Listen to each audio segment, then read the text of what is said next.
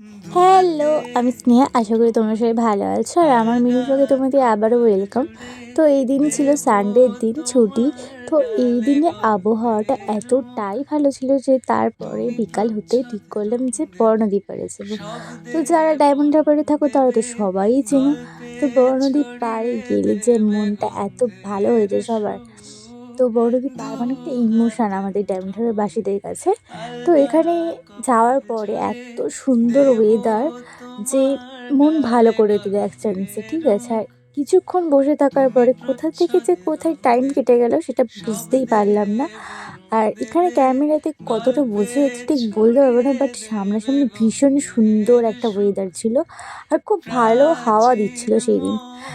আর এই তো এখানেই তারপরে হঠাৎ করে মেঘ চলে এলো, যার জন্য আর বসা যাচ্ছিল না, যেহেতু বৃষ্টি আসবে। তো তাড়াহুড়ো করে বাড়ি চলে আসলাম, আর আসার পথে ফুচকা খেলাম আর পেস্ট্রি নিয়ে বাড়ি চলে এলাম। তো ভিডিওটা এই পর্যন্ত, টাটা।